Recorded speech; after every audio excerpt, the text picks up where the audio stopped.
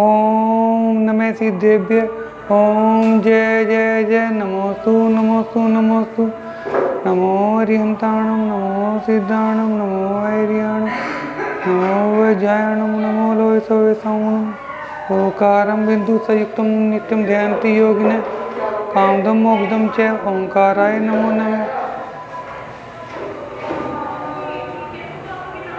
अविरल सद्गुणोत्प्रक्षालित सकल भूतल मल कलंका मुनि भी रूपासी तीर्था सरस्वती हर्तु नो दुरितान अज्ञानतिमिरन्दानां ज्ञानांजन शलाक्य चक्षुरुन्मीलितं येन तस्मै श्री गुरुवे नमः। श्री परम गुरुवे नमः।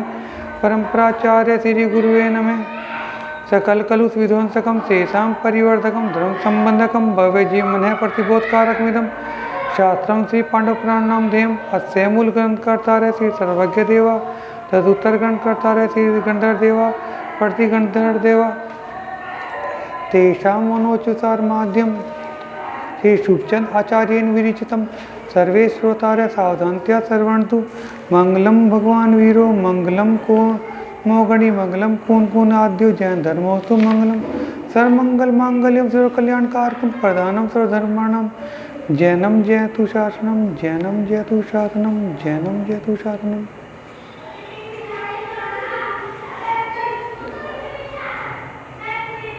बेटा बहुत शोर मच रहा, दरवाजा बंद कर दो थोड़ा सा, है ना।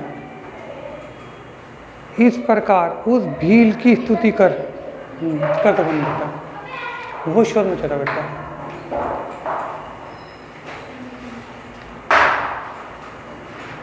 ठीक है बेटा, थैंक यू बेटा, बैठ जाओ।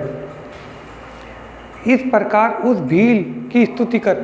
बेटा इसके अंदर ये बताया था अर्जुन एक भील से बात कर रहे हैं कि तुमने धनुष चलाना किससे सीखा। तो वो बता रहा था कि मैंने एक मूर्ति से सीखा है, तो वहाँ पे लेके गया वो। इस प्रकार भील की स्तुति कर अर्जुन वहाँ से नगर को चला आया। पूर्व उक्त घटना उसके हृदय में बड़ी उछल कूद मच रही थी। अतः वह शीघ्र ही द्रोणाचार्य के पास पहुँचा और उन्हें नमस्कार करके उनके पास बैठ गया। बाद में वह बोला, गुरुवर्य, आज मैं शत्रु को नाश करने की इच्छा से वन में गया था। वहाँ मुझे तरकस में बांधे हुए एक भील दिखाई दिया। जो कुछ उसे दिखाई दिया था अर्जुन ने सारी बात अपने सर से, अपने टीचर से बताई, है ना।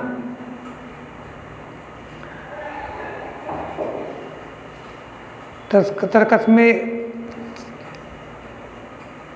तीर बांधे एक भील दिख पड़ा। वह कुंडल के आकार का धनुष लिए हुए था, उसके हाथ में बाण था। उसे देखकर मैंने पूछा, मित्र तुम कौन हो, कहाँ रहते हो और कौन सी विद्या जानते हो। उत्तर में उसने कहा, मैं किरात हूँ। किरात का मतलब भील, जो पक्षियों को मारता है।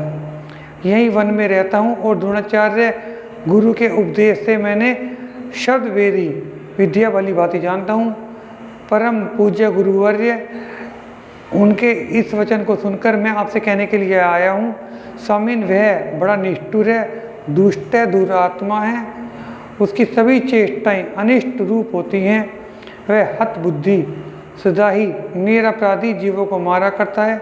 खेद की बात यह है कि वह मायाचारी आपके उपदेश का बहाना बनाकर जीव राशि के प्राणों को व्यर्थ में ही हरता है, घोर पाप करता है।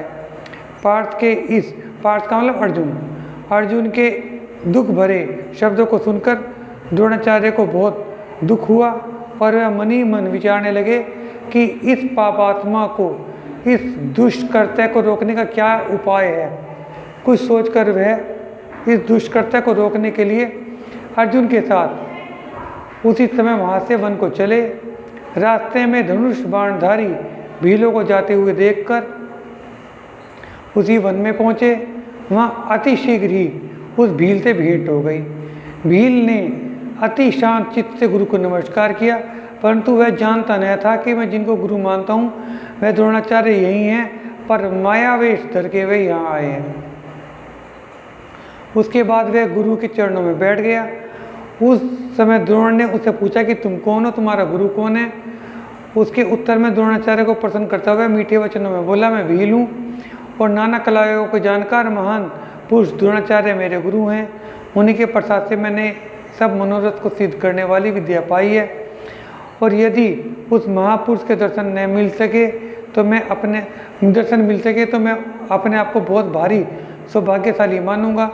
यद्यपि वे विशुद्ध आत्मा और समृद्धि सिद्धि बुद्धि से युक्त मुझसे परोक्ष हैं, तो भी मैं इसी समय उनकी भक्ति भाव से प्रत्यक्ष समझ कर आराधना करता हूँ।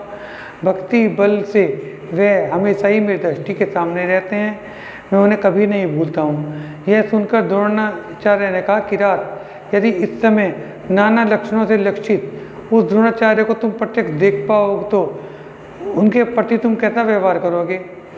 उसके उत्तर में किरात ने बोला, यदि मैं उन्हें प्रत्यक्ष देख लूँ तो अपने को निछावर करके उनकी सेवा करूँ।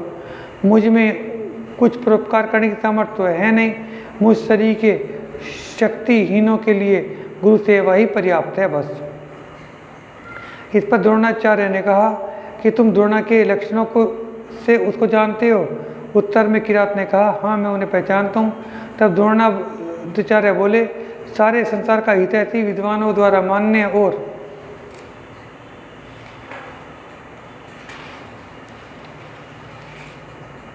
मनोहर मैं ही तुम्हारा गुरु द्रोणाचार्य हूँ। यह सुनकर भील बहुत ही खुश हुआ। उन्हें अपने गुरु जानकर उनका मुख कमल खिल उठा और द्रोणाचार्य को पृथ्वी पर मस्तक झुकाकर साष्टांग नमस्कार किया। सो ठीक ही है, इस वस्तु से के चिरकाल में मिलने पर सभी की प्रीति होती है। उस विनय ने द्रोणाचार्य को खूब विनय सत्कार किया। सच है, गुरु के मिलने पर सभी बुद्धिमान उसका विनय ही करते हैं। इसके बाद द्रोणाचार्य ने भील से पूछा कि तुम कुशल तो हो? वह बोला कि नाथ,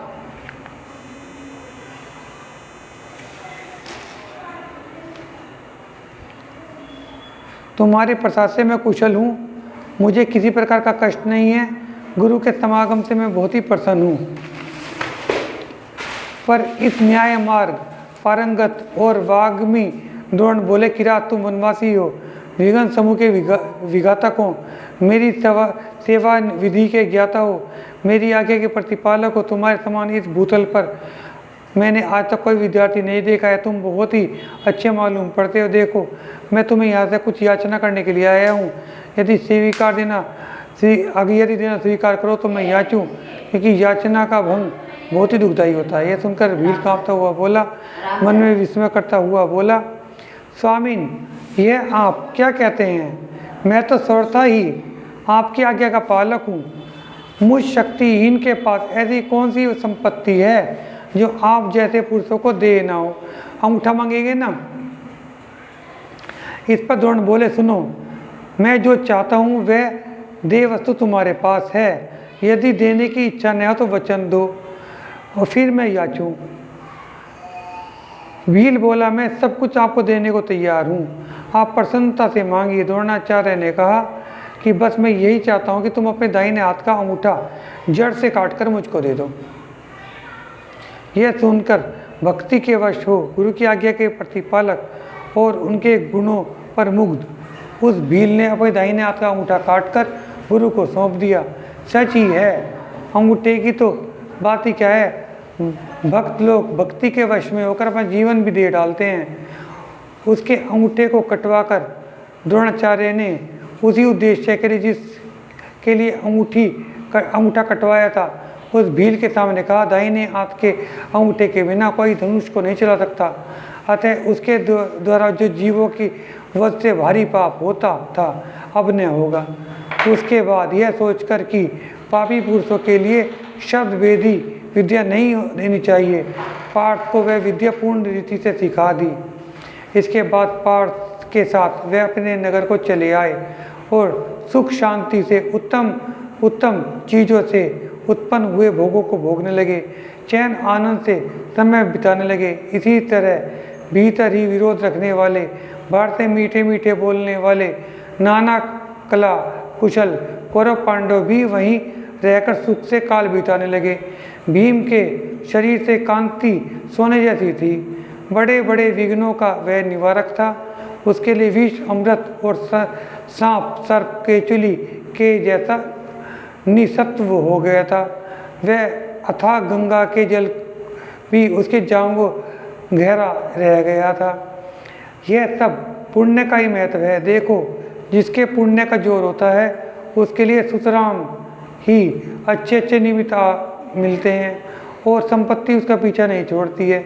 वह अर्जुन संसार से सुशोभित हो, जिसकी कीर्ति दिगंत व्यापी है, जो उपमा रहित है, अनर्थों को दूर करने वाला, उत्तम अभिप्राय वाला, जो सतपथगामी है, कामों में हमेशा मनोरथ से चलता है, अतएव जो समर्थ धनुर्धरों में मुख्य और धर्म बुद्धि के धारक हैं, जो धर्म धनुष द्वारा वैरियों को ध्वंस कर चुका है, जिसका कोई भी वैरी नहीं है और जो प्रमाण प्रसिद्ध पदार्थ पर विश्वास रखता है। इस प्रकार ब्रह्मचारी श्रीपाल की सहायता से शुभचंद भट्टारक द्वारा रचे हुए पांडव पुराण में अर्थात महाभारत में भीम के विघ्नों का विनाश, अर्जुन को शब्द वेदी विद्या की प्राप्ति, इन विषयों का वर्णन करने वाला 10वां सर्ग समाप्त हुआ।